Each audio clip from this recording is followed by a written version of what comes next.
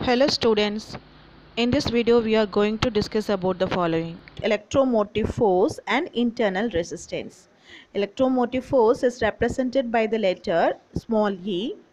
The short term of electromotive force is written as EMF. A battery or cell is called a source of electromotive force or EMF. The term electromotive force does not really refer to a force, but it describes a potential difference in volts.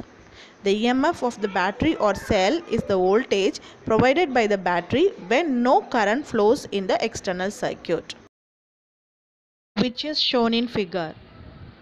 This picture shows that the multimeter is measuring the EMF such that the potential difference of the battery or cell when no current flows through the external circuit.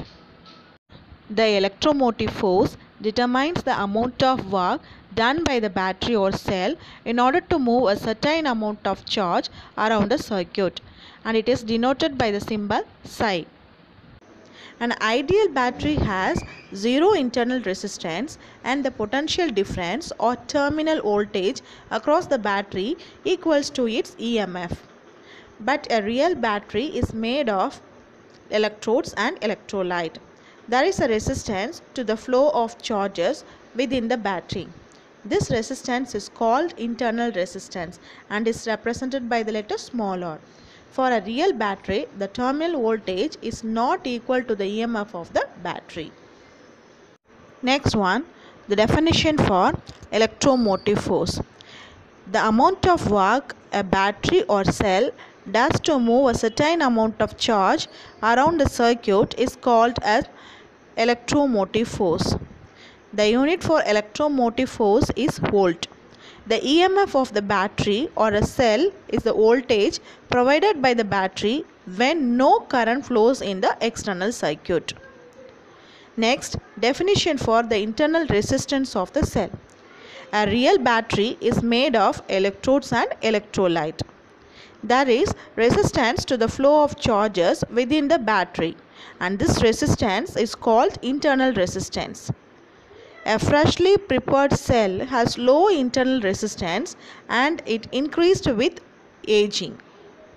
First, we will discuss about the comparison of EMF of two cells with potentiometer. In order to compare the EMF of two different cells like Daniell cell and Lagrange cell, let us discuss about the electrical circuit arrangement of the potentiometer. This potentiometer circuit consists of a potentiometer wire CD which is connected to a battery and key in series. This is known as a primary circuit. The end C is connected to the central terminal M of DP-DT switch and another central terminal N is connected to jack through the galvanometer G and high resistance HR. This is known as secondary circuit.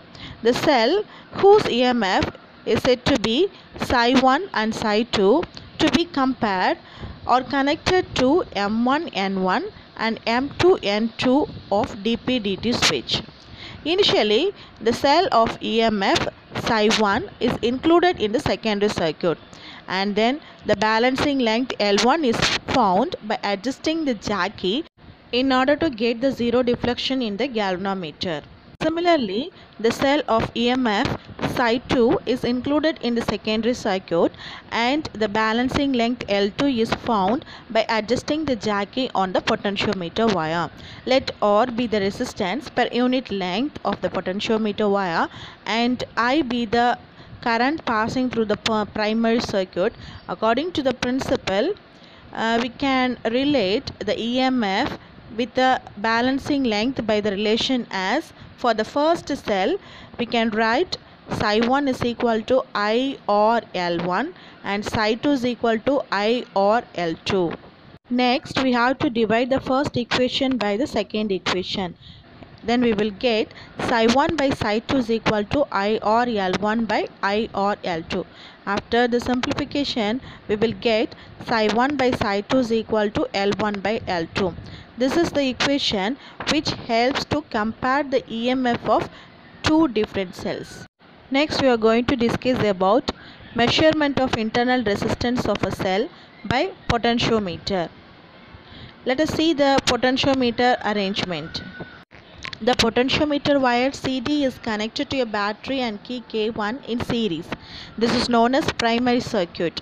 The cell of EMF psi whose internal resistance R to be measured is connected to the secondary circuit. A resistance box OR and the key K2 is connected across the cell of EMF psi.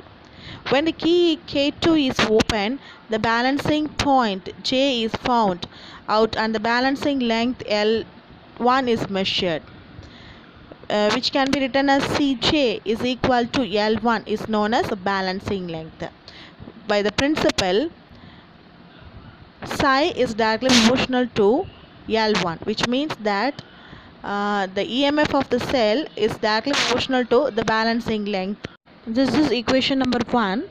After including a suitable resistance to a resistance box OR and the key K2 is closed, the current flows through the resistance OR and the cell is written as I is equal to psi by capital R plus small r. Hence the potential difference across the resistance box OR can be written as V is equal to I into R, which is equal to psi by capital R plus small r into R. For this potential difference, again the balancing length J is found out and the balancing length is measured as L2, which can be written as Cj is equal to L2. By the principle, we can write psi by R plus R into R directly proportional to L2. This is equation number 2. Divide the first equation by the second equation, we will get psi by R plus R into R is equal to L1 by L2. After simplification, you will get R plus R divided by R, which is equal to L1 by L2, which will become 1 plus small r by capital R is equal to L1 by L2, where small r by capital R is equal to L1 by L2 minus L1, which is equal to L1 minus L2 by L2. Hence, small r is equal to capital R into L1 minus L2 divided by L2. This equation helps to determine the internal resistance of the cell. Here, the internal resistance is not constant and it is increased by increasing the external resistance R. Next one is heating effect of electric current. First, we are going to discuss about Joule's heating effect of current. When current flows through a resistor, some of the electrical energy delivered to the resistor is converted into heat energy and it is dissipated. Here, dissipated means wasted. This heating effect of current is known as Joule's heating effect. Next, Joule's law. If a current I flows through a conductor kept at a potential difference V for a time t, the work done or the electric potential energy spent on it can be written as W is equal to VIT. This is called Joule's law. Next one, Joule's law of heating. This law states that the heat developed in the electrical circuit due to the flow of current varies directly as the square of the current, the resistance of the circuit and the time of flow of current, which can be related by the equation H is equal to I squared RT. Here H indicates heat dissipated and I indicates the flow of current and R indicates the resistance and T indicates the time of flow of current. According to heating effect, when the current flows through the resistor, some of the electrical energy is dissipated in the form of heat energy. This heat energy is used for various purposes. So that next we are going to see about the applications of Joule's heating effect. First, let us discuss about electric heaters. An alloy of nickel and chromium called nichrome is used as a heating element. Why it is used as a heating element in the case of electric heater? Because it has a high specific resistance, high melting point, heated to very high temperature without oxidation. Next one, electric fuses. We are very familiar with the word fuse wire. In the case of many domestic appliances, fuses are connected in series in a circuit to protect the electric devices from the heat developed by the passage of excessive current.